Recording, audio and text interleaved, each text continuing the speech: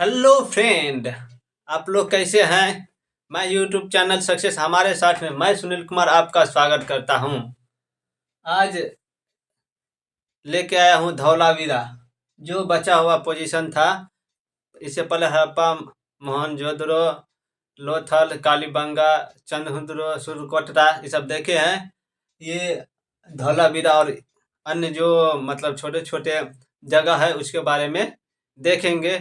इसके बाद इसकी राजनीतिक व्यवस्था, धार्मिक व्यवस्था, आर्थिक व्यवस्था, जो सिंधु घाटी सप्ताह है उसका देखेंगे। इसके बाद खत्म हो जाएगा।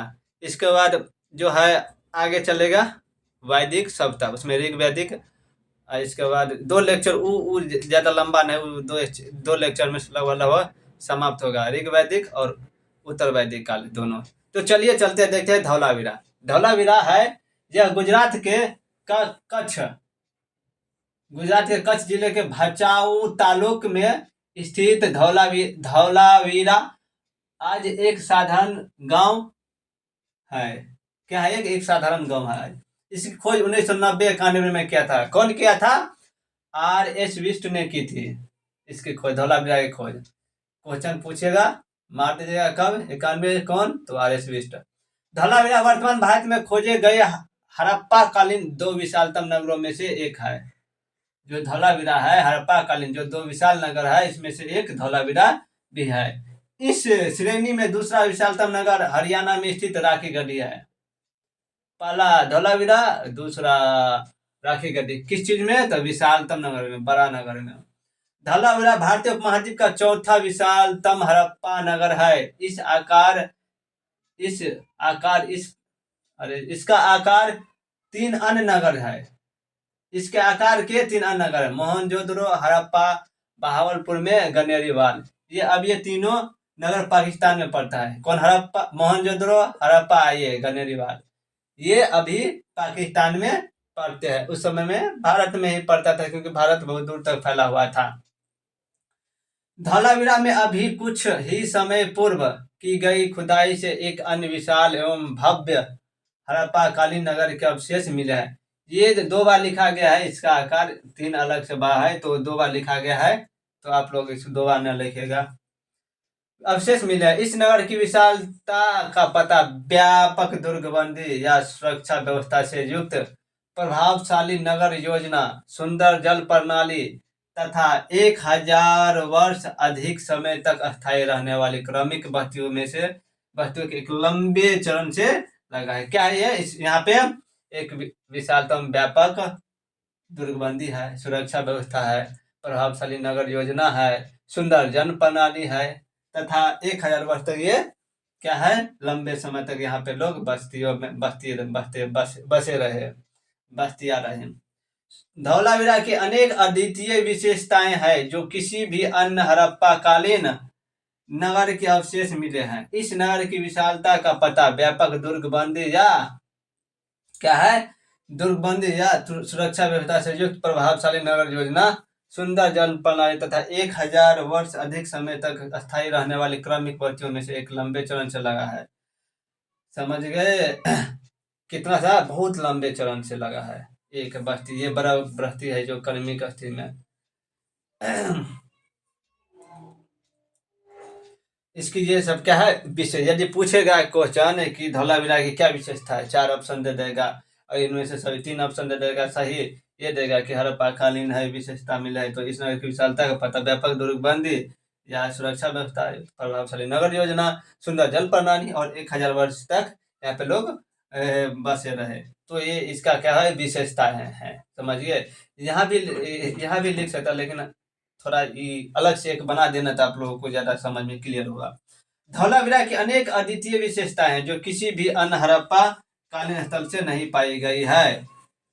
धौलावीरा की जो और भी अनेक विशेषता हैं जो अन्य जगह से स्थल से नहीं पाई गई। आगे अन्य हड़प्पा कालीन नगर दो भागों में, जो हड़प्पा काल जो अन्य थे, अन्य और से ज्यादा थे, जो छोटे छोटे, उसमें किला या नगर दुर्ग और पहला था निचले नगर।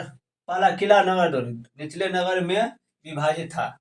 मतलब एक ऊपरी नगर था, एक निचले नगर में था, जिसमें किला या नगर दुर्ग था और निचले नगर था, जिसमें से दो भाग आयताकार दुर्गबंदी क्या था, आयताकार दुर्गबंदी प्राचीरों द्वारा पूरी तरह सुरक्षित थे। चारों बगल से जो डाला हुआ था, घेरेवा डाला हुआ था, दुर्ग बना हुआ था, प्राचीर, उस क्या हुआ था, नगर जो छोटा छोटा नगर था वो घिरा हुआ था, सेफ था एक, जिसमें एक मुख्य प्रवेश द्वार था। देखिए यहाँ पे, ऐसी नगर योजना अन्य हड़प्पा कालीन नगरों में देखने को नहीं मिलती है। क्या था, जो अन्य जो हड़प्पा नगर था वो किला या नरक या निचले नगर में विभाजित था। ऊपरी नगर निचले नगर में था, एक ऊपर की तरफ था, एक निचले नगर था, छोटा छोटा नगर होगा। इसमें दो भाग आयताकार दुर्गबंदी या प्राचीरों द्वारा पूरी तरह सुरक्षित है। ऐसी नगर योजना अन्य हड़प्पा कालीन नगरों में देखने को नहीं मिलती है। अब ये जो था ना दुर्गबंदी, वो दूसरा जो था ना हड़प्पा से अलग जो जो भी काल था ना उसमें देखने को नहीं मिला, सिर्फ हड़प्पा काल सिंधु घाटी सभ्यता में ये देखने को मिला। धौलावीरा मुख्य, धौलावीरा एक बड़ा उत्कीर्ण लेख संभव गिरा हुआ। अब देखिए धौलावीरा से जो उत्कीर्ण लेख था संभवतः गिरा हुआ, जो गिरा हुआ था उसका नाम क्या था, साइन बोर्ड। साइन बोर्ड मुख्य प्रवेश द्वार के पास मिला था। कहाँ से मिला था, धौलावीरा से मिला हुआ था साइन बोर्ड। इससे क्वेश्चन बहुत क्या वो कितना क्वेश्चन एक बनेगा ये। कहाँ से मिला था, तो धौलावीरा से मिला था साइन बोर्ड।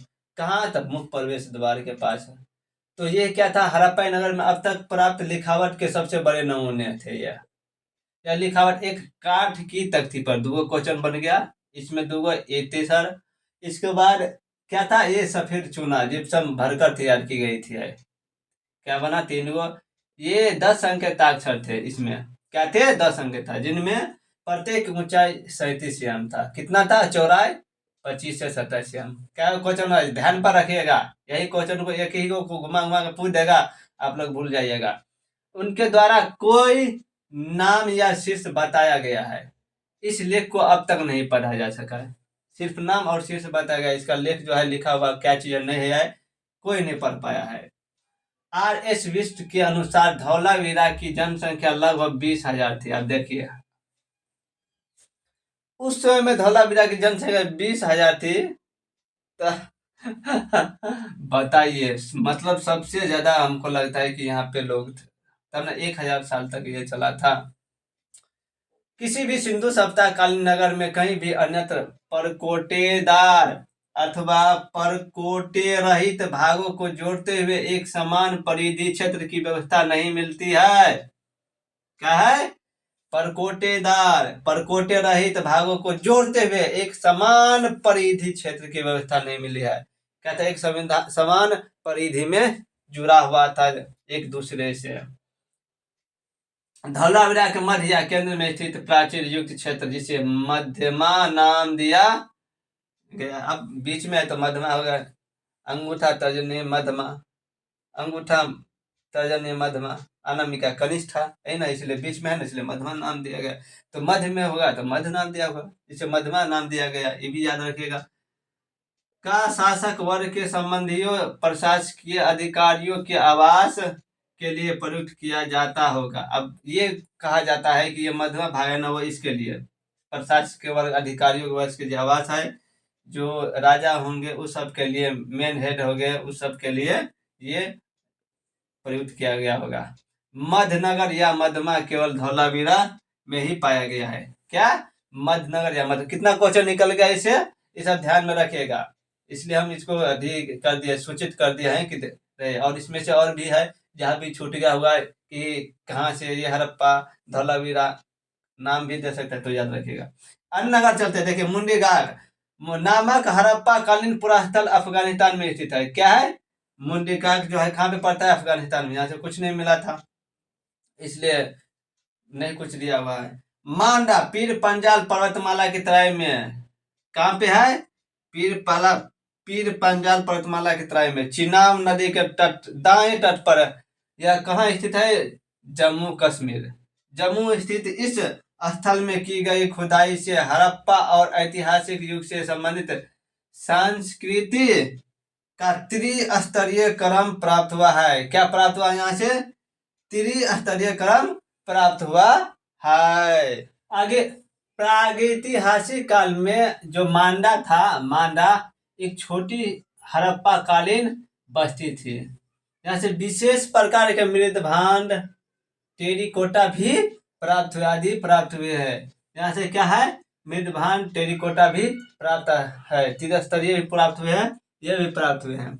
अब रोपर, रोपर जो है पंजाब के सतलज नदी के तट पर स्थित इस स्थल की खोज 1955-56 ईस्वी में कौन किया था, याज्ञदत्त शर्मा ने की थी।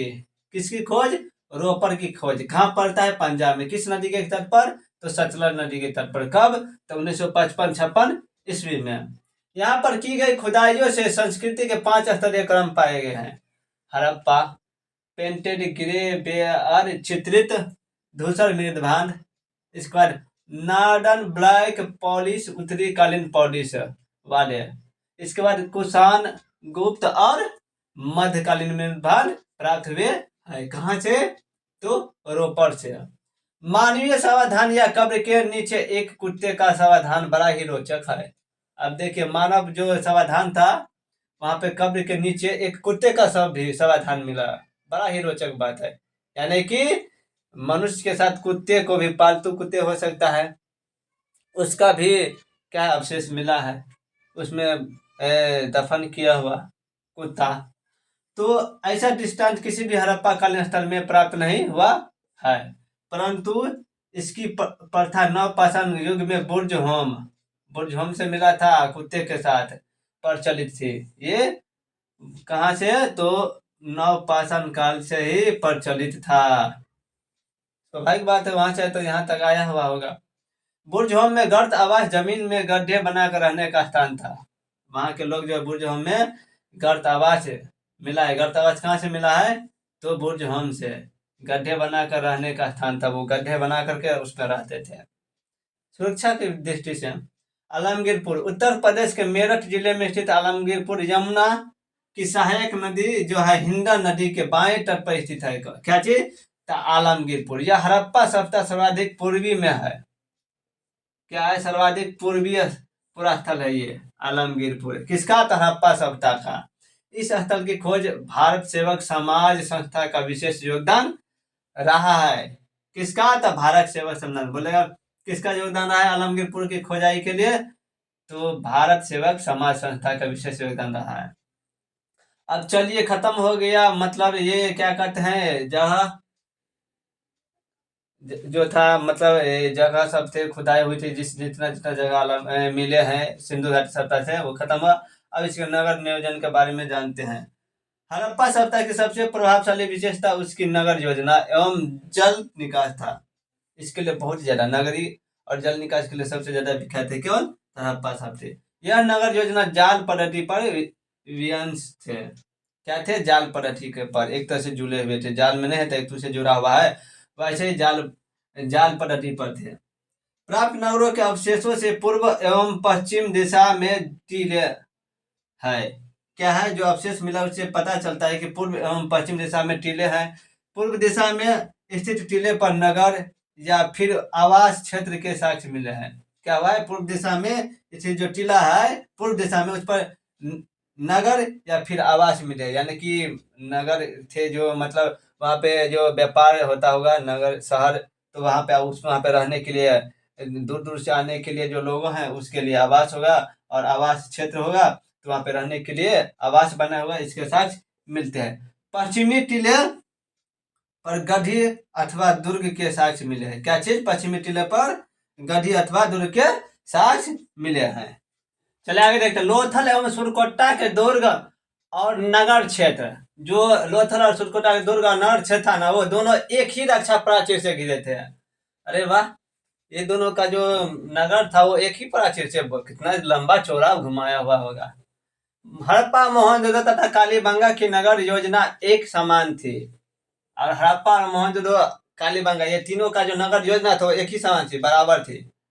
नहीं कहता है, अरे देखो ये मकान है, तीनों एक ही स्ट्रक्चर में सेम टू सेम है, एक कोई भी अंतर नहीं भाई, सेम एक समान है।